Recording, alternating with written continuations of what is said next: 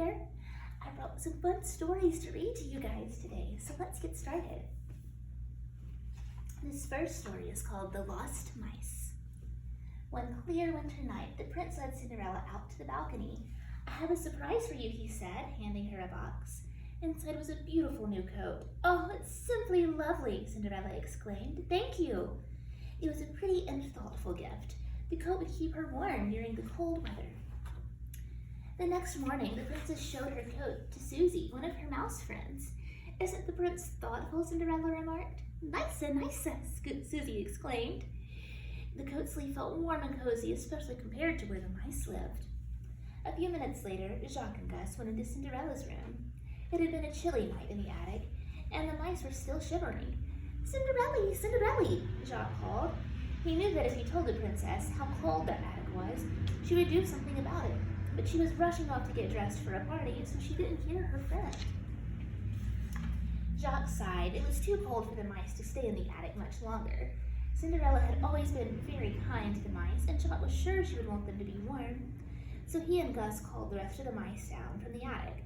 They sat in front of a blazing fire in Cinderella's room. Before long, their cold paws and tails had warmed up, and their teeth had stopped chattering. They'd wait there until Cinderella got back. Soon, the new housekeeper came in to clean the room. When she saw the mice, she shrieked and shooed them away. Mice don't belong in the castle, she yelled. Now get out! The housekeeper didn't know that the mice were Cinderella's friends. She chased them with a broom. The frightened mice had no choice but to scramble back up to the cold attic. Gus began to shiver as soon as the mice were safely upstairs. The mice really needed the princess's help, but how would they be able to speak to Cinderella when they were afraid to set foot downstairs? Wham! Suddenly, the castle gardener barged through the attic door. Before the mice knew what was happening, he had trapped them. Now take them outside, they heard the housekeeper say. Take them far away so they never return. Meanwhile, Cinderella's tea party had ended, and she and the prince were out riding. As their horses trotted through the countryside, they saw the castle gardener tending in one of the fields.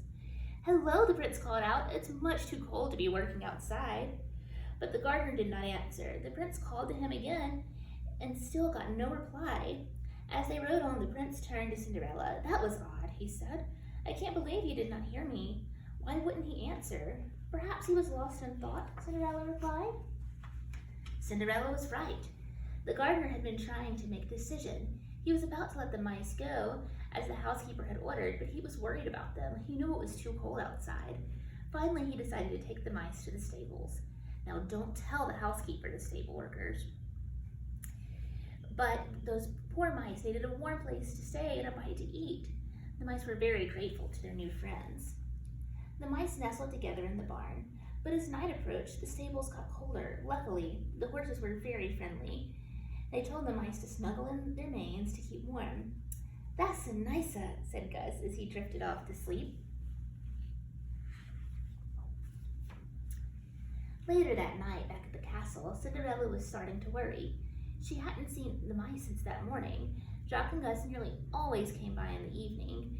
Cinderella was searching for the mice when she ran into the prince. Why, hello, the prince said. Are you looking for the same person I am? Why, no, I don't think so, Cinderella replied. I'm looking for the mice. Ah, said the prince. Well, I'm looking for our new housekeeper. Apparently she threw the mice out of the castle today. Oh no, Cinderella cried. Poor dears. They'll freeze outside. Don't worry, the prince said. The mice have found a new friend. He told Cinderella about what the gardener had done. Together, Cinderella and the prince went to the stables. They thanked the gardener and the stable workers. Then they gently woke the mice. Cinderella, Cinderella, the mice shouted happily. Cinderella was relieved to see her little friends safe and sound. Though the stables had been nice, the mice were glad to return to the castle. From then on, Cinderella made sure the mice always had a warm place of their own in one of the main rooms of the castle. A few nights later, Cinderella and the mice threw a grand ball. The gardener was the guest of honor. By then, the housekeeper had been properly introduced to the mice, and all was well. As the guests twirled around the dance floor, the mice celebrated with a banquet of their own. Warm and cozy at last. The end. And I have one more story to share with you guys.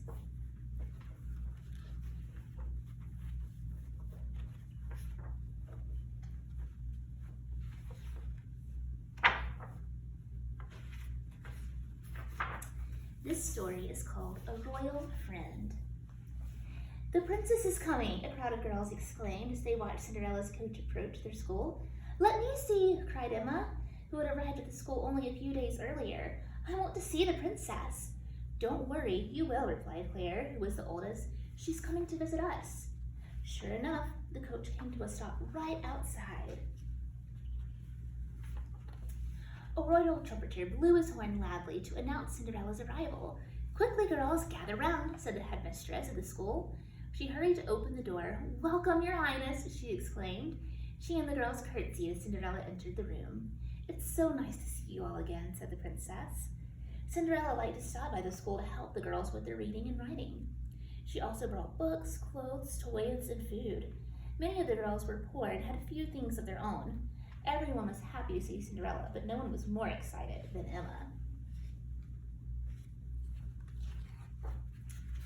Cinderella and the girls spent a wonderful afternoon together. After their lessons, they sang, danced, and told stories. Then they read together and played with some of the toys the princess had brought. When it was time for Cinderella to go, she made an announcement. "In 1 week, there will be a party at the castle to be held in your honor." "For us?" the girls shouted excitedly. "But what will we wear?" asked Emma. Cinderella smiled. "Why, the dresses I'm having made for each of you, of course. And you shall have new shoes and gloves as well. I remember how much fun it was when I got to dress up for the ball the first time. I thought all of you would like to wear fancy gowns too."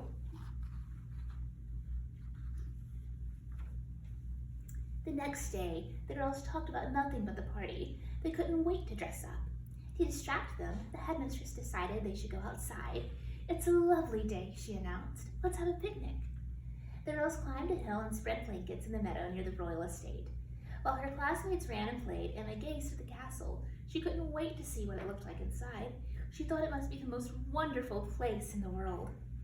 Soon, Emma noticed a group of seamstresses walking towards the castle gates. She ran over to them.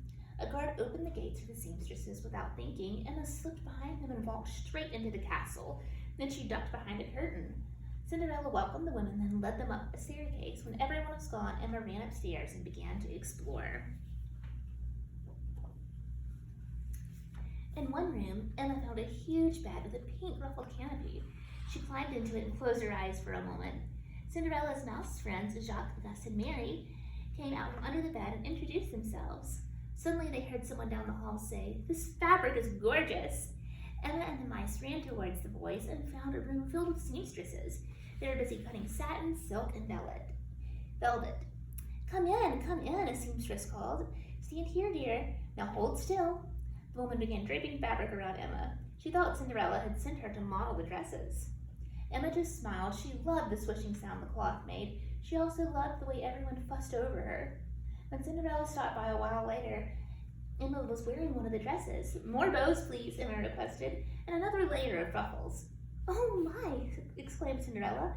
"That certainly is a fancy dress, and you look beautiful in it." Cinderella thought the seamstresses had brought Emma. The princess remembered what it was like to do chores all day, so she invited Emma to have tea with her.